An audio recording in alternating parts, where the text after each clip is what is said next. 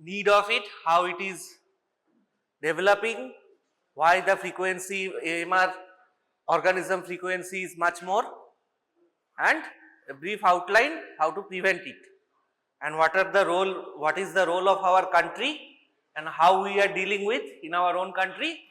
That was actually part of yesterday, but it was not done, not over. So 2 days. But before going to that, all of you were supposed to read IMNCI, and I have supplied you the National Action Plan on AMR 2.0, that was from 2025 up to 2029, and I have instructed you to prepare what are the changes from the previous one. So, can anyone tell me? Today's first topic is National Plan on Antimicrobial Resistance. Okay. So, when we started it, when our India first drafted its first National Action Plan on AMR, that is on 2005. Okay. They started on it, and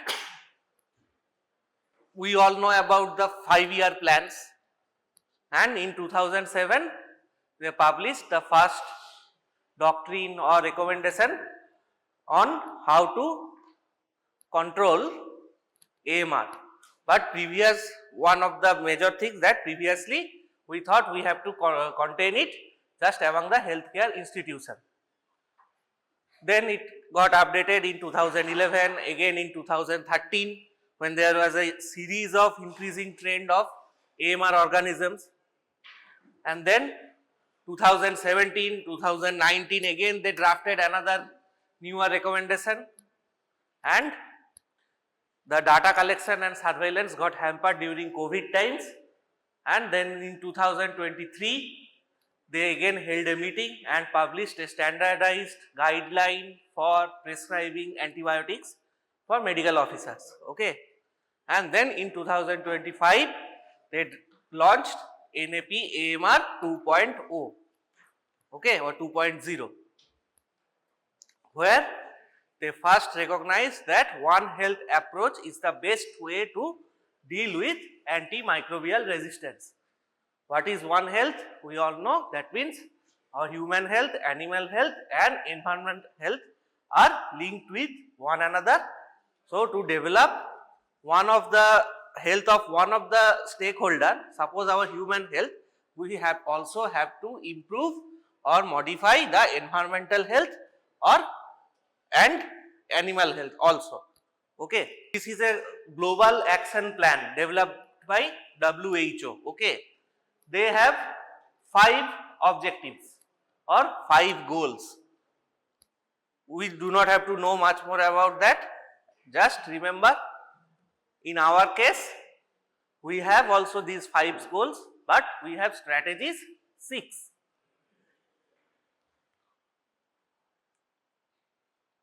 A bit overview that on National Health Policy on 2017, where they first recognized as AMR as a major problem. Okay. What they told that it called for a rapid standardization of guideline limiting the use of antibiotics, banning or restricting the use of antibiotics, those are potentially harmful to the environment or animals. Okay. For the reason of that, by today, that is to 2025, more than 20 antibiotics have been discontinued in the production. Okay. And obviously pharmacovigilance, that you all know is another pharmacy surveillance. This is a timeline. In 2017 there was first NAP-AMR 1.0, then into 2022 that was COVID time, that is why the ongoing research were halted, and then in 2020 and 23 the meeting was done on by NEET-PG officials, and the standard guideline for prescribing antibiotics were published, and into 2025 2.0 was launched. Okay. What are the committees that were involved? That was always 3 committees: ICC, TAG and core working group. Okay. ICC means intersectoral coordination or coordinating committee, intersectoral coordinating committee. TAG means technical advisory group, and they are instructing core working group. Who is the head of this core working group? That is NCDC. Okay, National Center for Disease Control. Head office is in Delhi. Okay. In 12th 5-year plan, NCDC recommended for 4 pathogens. Yesterday, I was somewhat told you some wrong. Okay, that was Klebsiella, Enterococcus, E. coli, and Staphylococcus. Okay, I omitted E. coli. I told Vibrio cholerae, because Vibrio cholerae it is now getting to add. Okay, not previously added, and in the future we are trying to add 2 more index bacteria. One is Pseudomonas aeruginosa and another is Acinetobacter. So you have to remember these 6. Okay, and for future you can write in a footnote that Vibrio cholerae is also now being considered. These are the goals, again the same 5 goals. Okay, objectives. These objects for NAP-AMR 1.0 that I am talking about, for them strategies were, objectives were somewhat vague. Okay, you all know that objectives should be fulfilling the SMART criteria, but these are not fulfilling that. They are telling define the strategic priorities, key actions, strengthen organizational and management structure, combat AMR through better understanding and awareness, and obviously enable monitoring and supervision or evaluation. Okay, these are somewhat vague. That is also one of the new things that was corrected in NAP 2.0, where objectives are now more quantifiable and attainable. Okay, I will come to it later. They also, for implementation, they suggested 6 steps. Okay, first is strengthen governance. Second, prioritize activities. Third, cost the operational plan. We all know that antibiotic production and getting into the market, it's a huge sum. Pharma companies spend huge money on this, and to put the product from the market, out of the market, it also causes too much cost, and that cost has to be borne by government itself, not the company. Okay, that is why before giving a potential antibiotic in the market, we have to test in all aspects: animal health, human health and environmental health, so that we can minimize the cost of getting it out from the market. Okay, আগেই যদি আমরা জেনে নিই যে এতগুলো ক্ষতি করছে, দেন আমরা সেটাকে আসতেই দেব না মার্কেটে, we will put a ban to it. এটা পরে if we have to dispose of 1 or 10 crores of pills, it will cost us at least 100 crores of money. Okay, to dispose it properly. Then mobilize resources. That means what are the resources at the available healthcare personnel, IC charts, and these things we have to mobilize it, and also ground level health workers such as ASA and ANMs and others. Okay, then implement prioritized activities. These prioritized activities mean those who are prioritized pathogens. For them we have to implement proper surveillance and obviously monitor and evaluation of any ongoing program. Okay, what are the strategies? For the first strategy, that is increase awareness amongst general population and obviously healthcare personnel also. Then strengthen knowledge and evidence through surveillance. AMR resistance is an ongoing process in the pathogen, so we have to also monitor it ongoing process, and that is what surveillance is. So, and also we have to strengthen it. Third is reduce the incidence of infection through effective infection prevention and control. Not treatment, I am telling about effective prevention and control. That means hand hygiene, use of PPE, do not prescribe over the counter drugs, etc. Okay, nothing else. Then optimize the use of antimicrobial agents in health, animals and food. The use of antimicrobials, that has to be in optimized, that means in the right dose and for the right duration. Okay, nothing else, not the less of it, not the higher of it. Also promote investments for AMR activities, research and innovations. In our India, all the government sanctioned research run by ICMR grants. These ICMR grants are coming from central, but we are also giving monetary incentives to any ongoing research on AMR if it is approved by the central body. Okay. And obviously strengthen India leadership on AMR. That means as we are all, we actually, our India, 1/5 of the population is living only in this world, 1/5 of the world's population is living here. We can be a leader and show the path to other countries to contain AMR. Okay. These are the things which are written in better way. Okay. You should read it, and if there are strategies, if there is a question on strategies on NAP-AMR 1.0 or for even 2.0, you can write it. Okay, because in 2.0 it is somewhat more elaborated, nothing else.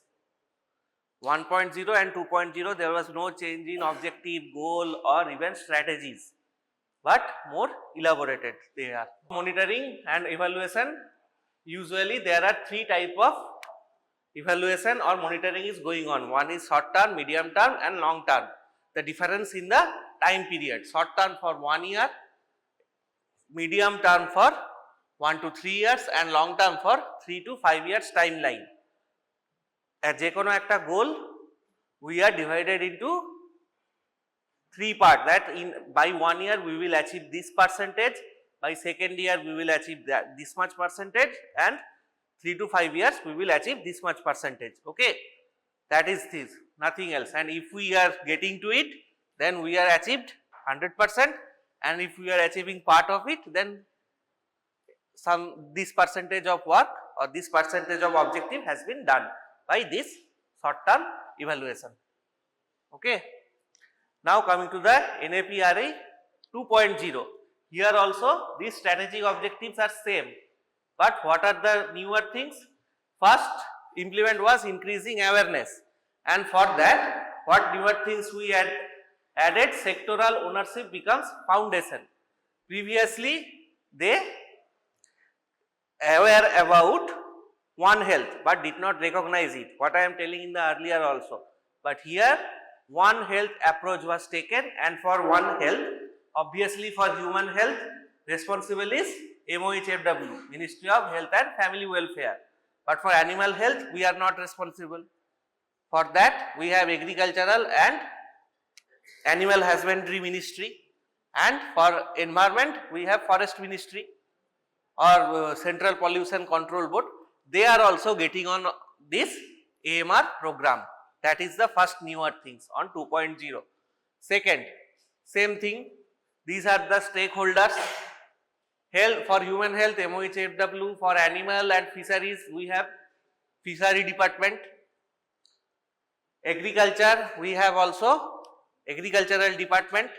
They are work under the same ministry, but departments are different. Then for environment, that is Ministry of Environmental Protection or CPCB, Central Pollution Control Board. Science and innovation, that means ICMR. Pharma, DOP or NIPAR. NIPAR is another ICMR solely based on pharmaceutical discovery. Okay, these are NIPAR. NIPAR is involved with all the pharmaceutical companies, and not only allopathic system, but we are also now including Ayush. Okay, these are the stakeholders. These previously, these all except for health, MOHFW, all stakeholders were absent in this program. Now they also have been added. Okay. Now for the action plan also, we have only 3 types of monitoring, but action plan should be in the previously.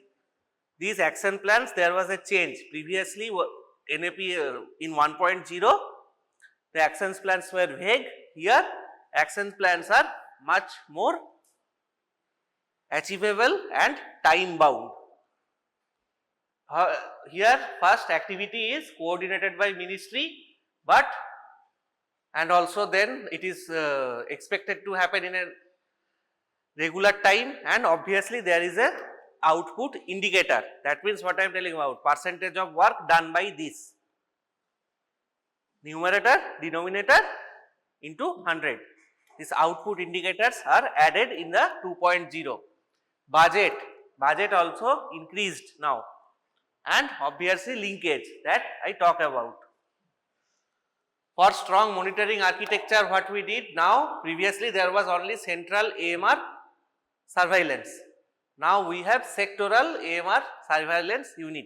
That means one is monitoring human health, one is fishery, one is pharmaceuticals, and all are reporting into the same department, that is central body. Okay.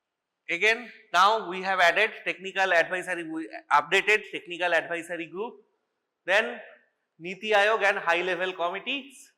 These NEET-Ayog and high level committees are now responsible for AMR surveillance. Okay. And obviously last, dashboard and portals. Now we are also making all the information public. Previously it was have to request it, but now they have their own AMR surveillance site where any one of you can go and see at least the published data that these pathogens are showing resistance against these antibiotics or antimicrobials or not. Okay. Just newer things, nothing else. Evaluation framework also, this is not needed. And for environment, previously we just recognized the environment, but now environment work is on strategy 6. It is very much supervised and monitored. Okay, sorry, supervised and explicit. That means in detail. What we are telling that we have, if we use the antimicrobials, then its residues are coming into the waste stream. That means with our excreta or urine, these residues of antimicrobials are getting into the water level or waste stream.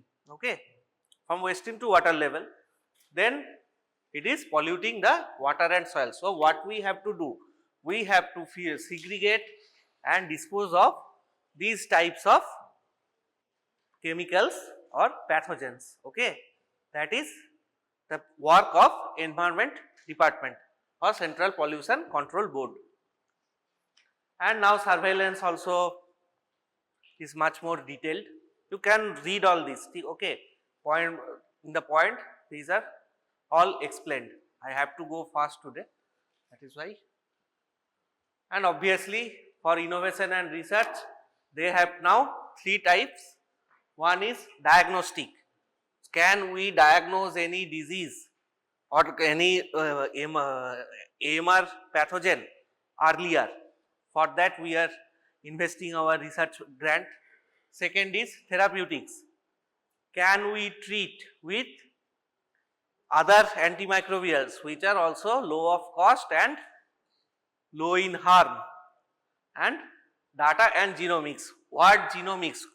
In previous class I already show you 6 mechanisms a pathogen or a bacteria shows resistance. Is there any gene responsible for that? For each and every pathogen. Okay, that we are also trying to find out. That was for NAP-AMR 1.0 and 2.0. I will share the PPT, hopefully you all go through by it, okay. Don't know? Wait, hospital acquired infection, that is left. That is actually today's class. Hospital acquired infection. This is a part of AMR we are talking about. Hospital, which is what is the new name of hospitals in Bengal? Ayushman Mandir. Huh? Okay, just remember that. So if a temple has to be thoroughly hygienic, clean, and this thing and that. For hospital acquired infection, we all heard about that. Hospital acquired infections are much more antibiotic resistant. If you got a infection there, it is not easily treatable. What is the reason? Because apparent use of antimicrobials, only resistance organisms are living and they are multiplying, okay. So what we call as hospital acquired infection, okay. For hospital acquired infection, hospital has many departments, of which part we are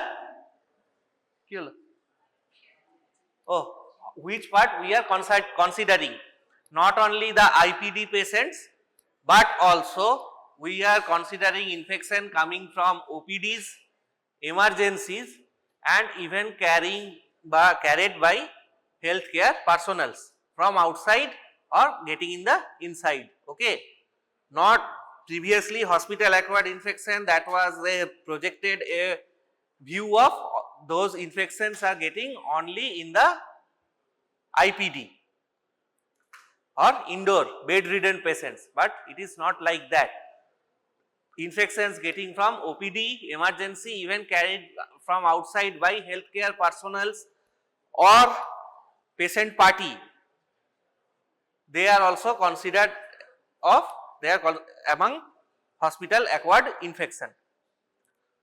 So for this we need a suitable definition, and obviously if I carry TB bacilli today and after 3 months a person got affected by TB bacilli, is there a hospital acquired infection? No. So there has to be one time frame.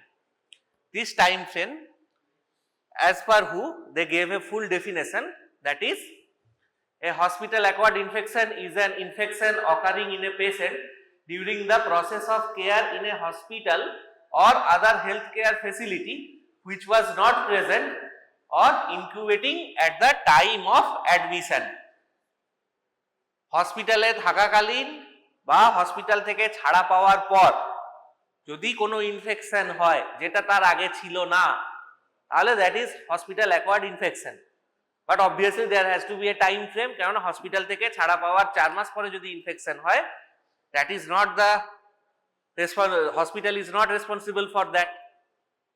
So we need a time frame, and that time frame is usually it has to be developed after 48 hours of admission or 3 days post discharge. Why the 3 days? Because these 3 days are the usual incubation period of 80% of the organisms, okay. So we have to give a standardized time frame, and that is 3 days. Then may also appear within 30 days after surgery. For a surgery there is deeper exploration of tissues, so the time frame is extended up to 30 days. Or infection acquired from a healthcare setting, device or procedure. If the infection is getting from any pacemaker, permanent device or stent, these are also considered as HAI. And obviously in a healthcare facility, when someone was admitted for reasons other than infection, and ideally it should be less than 1 to 2% of the rare pathogens. Rare pathogens are not found in nature. This has to be rare rare means they are rare in resistance. This type of resistance are not seen. This is the entire definition of HAI. Please remember, HAI might be a crucial short note in today's scenario, okay. And we have to measure hospital acquired infection rate to grade any hospital, okay. And how we measure it? Total number of hospital infection in a given period divided by total number of discharges including deaths during that given period. Remember, we are not taking the admitting, we are taking the discharged. For that, death is also counted, but we are not taking the admitting patient as the denominator, okay. Obviously, and it is into 100. What are the common hospital acquired infection we encounter? Top is urinary tract problems, especially in females, okay. Then SSI, surgical site infection, it is also very common. Then ventilator pneumonia, respiratory tract infection, vascular catheter, that means stents, and bloodstream infection. It is often transmitted by IV catheter, intravenous catheters, okay. What is the most common organism? Developing biofilm, and also we found in the tip of the cyanobacter or acinetobacter, okay. Acinetobacter is much more better answer. And biofilm produced by, কালকেও তো মনে হচ্ছে বললাম একই কথা, pseudomonas তো নাকি? I might be wrong. Inform me if I am wrong on this part, okay. I am do not remember, okay. What are the, then we all know the type of infection. What are the commonest organisms? Bacteria are MRSA or that means methicillin resistant Staph aureus. Pseudomonas, E. coli, Klebsiella. Viruses are hepatitis B and C, influenza, and norovirus. Norovirus causes fungi are Candida albicans, Aspergillus species, and for parasites Giardia and Entamoeba histolytica. But Entamoeba histolytica is very much rare nowadays, okay. And obviously, if we treat it as a hospital acquired infection as a disease, there has to be a epidemiological triad. So there has to be 3 potential factors or stakeholders: patient, staff means healthcare personnel, and obviously the environment, that means hospital floor, hospital air, lighting is enough or not, that part. So for patient is not, the patient means relative of the patients, okay. Even sometimes patient itself is a transmitter of hospital acquired infection. Healthcare personnel, if we are not following proper hand hygiene, proper asepsis method, we are also transmitting infection. And environment, if the hospital floor is not cleaned, air is not filtered out using HEPA filter, okay. Remember the name HEPA filter, it was previously a very common MCQ, okay. Many years it did not came, but when it was introduced in the hospitals, then it was a very popular MCQ. Which kind of filter is used in ICU or emergency, okay, specifically OT and ICU, where there is no apparent ventilation. কোনো ICU বা ওটির ভেতরে তো কোনো ventilation থাকে না, শুধু AC চালালে তো হবে না। এসির ব্লেডেও হচ্ছে গিয়ে specific one kind of bacteria we found, okay. So we have to filter the air out, and which is the better filter, ideal filter, that is HEPA, okay. So sources, we can define it a different way, that is endogenous within the hospital and exogenous outside of the hospital. Endogenous are infection arises from patient's own flora, such as skin bacteria infecting a wound or any viral infection, measles, pox, etc. that the patient was carrying at the time. Then also respiratory infection. What are the exogenous from external environment, that is contaminated instrument, healthcare worker hands, and also the building factors, not clean air, water, and even visitors or other patients, okay, are responsible for transmitting hospital acquired infection. Not all of them are antimicrobial resistance, but we are talking about only in the infection getting in the hospital. It might be resistance, it might be very much susceptible, but how we are getting into it. In hospital infection, there should be no infection, source of infection, but nowadays there is. So what are the potential source? We can divide it by, we can classify it by either epidemiological triad or by the sources itself. Mode of transmission, obviously you know what are the modes of transmission from infectious epidemiology, that are contact, airborne, droplet, hospital building or vector-borne transmission. What are the disease spread by these techniques? You all know about. Okay. Then hospital acquired infections, who are at more risk in this? Obviously immunodeficient persons. Who are commonly immunodeficient? That means elderly and childs. Elderly means more than 65, infant means up to 1 year, complete of 1 year. Then again immunocompromised status, or if a patient is suffering from chronic disease, suppose diabetes also cause a immunodeficient status, and obviously malnutrition, it also causes immunodeficient. So if there is any kind of immunodeficiency by any way, the person is susceptible to hospital acquired infection. And what are the hospital related factors? Obviously overcrowding. If there is no bed, there is floor admission, stretcher admission in government hospitals. These kind of things, they are also potential risk factor of spreading infection. Then prolonged hospital stay, invasive procedures. The much invasive procedures we do, there are chances of increasing HAI. Okay. Then poor infection control practice or inadequate sterilization of the equipments. Just previous points written in a different manner. No, nothing extra is added. Okay. Obviously, what are the clinical manifestations of any infection? That is the same for hospital acquired infection also. We have to treat the infection now, whatever, if it is hospital acquired or not, we have to consider it later. But previously, it will show just same symptoms of any infection. Patho theke ki ache infection বা inflammation এর তিনটে ছিল না, ডলর, colour আর রিউবর। ডলর, রিউবর, আর একটা কি ছিল? প্যালর, তাই তো? ঠিক আছে, আমারও অত মনে নেই এখন। Okay, what are the fevers, pass or discharge, redness, swelling, respiratory distress, burning micturition and sepsis. Burning micturitions pointing out UTI. All previous were usually skin infection symptoms, and respiratory distress is either URTI or LRTI depending on the organism, microorganism.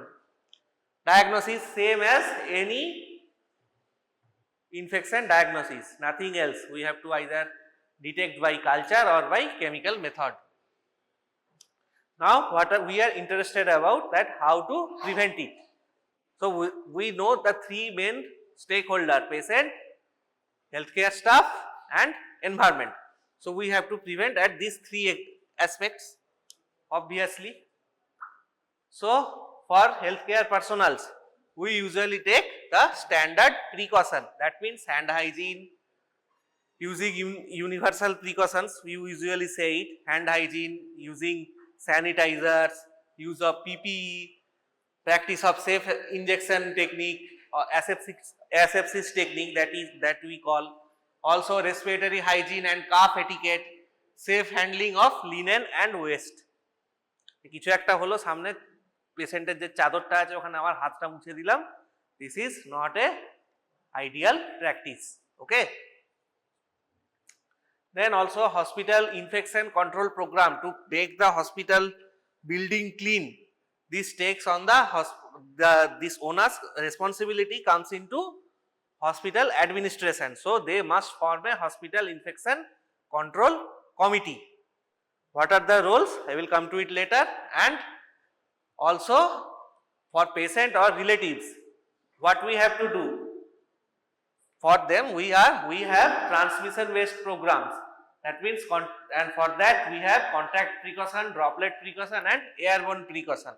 Patient nije ba patient party যখন দেখা করবে, when they meet the patient they should wear mask, they also should wear gloves and they should remove the shoes outside of the ward. Okay, these are the practice we have to adopt in our setting. And obviously there are airborne precaution of negative pressure room.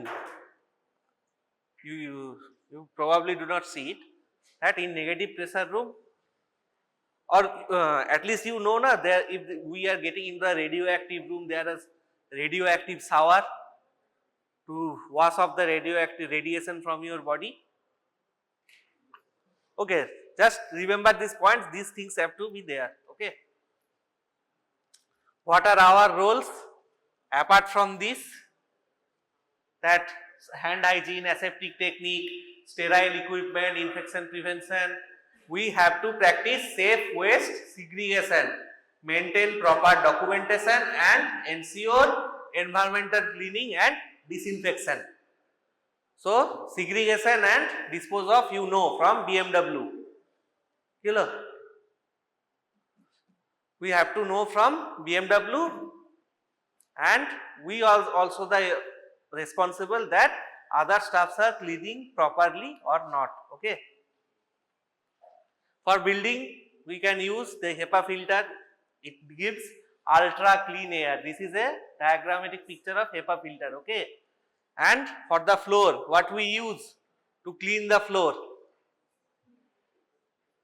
Lysol, phenyl, whatever we use, we have to give a standard amount, standard count, that this much is needed. What is that?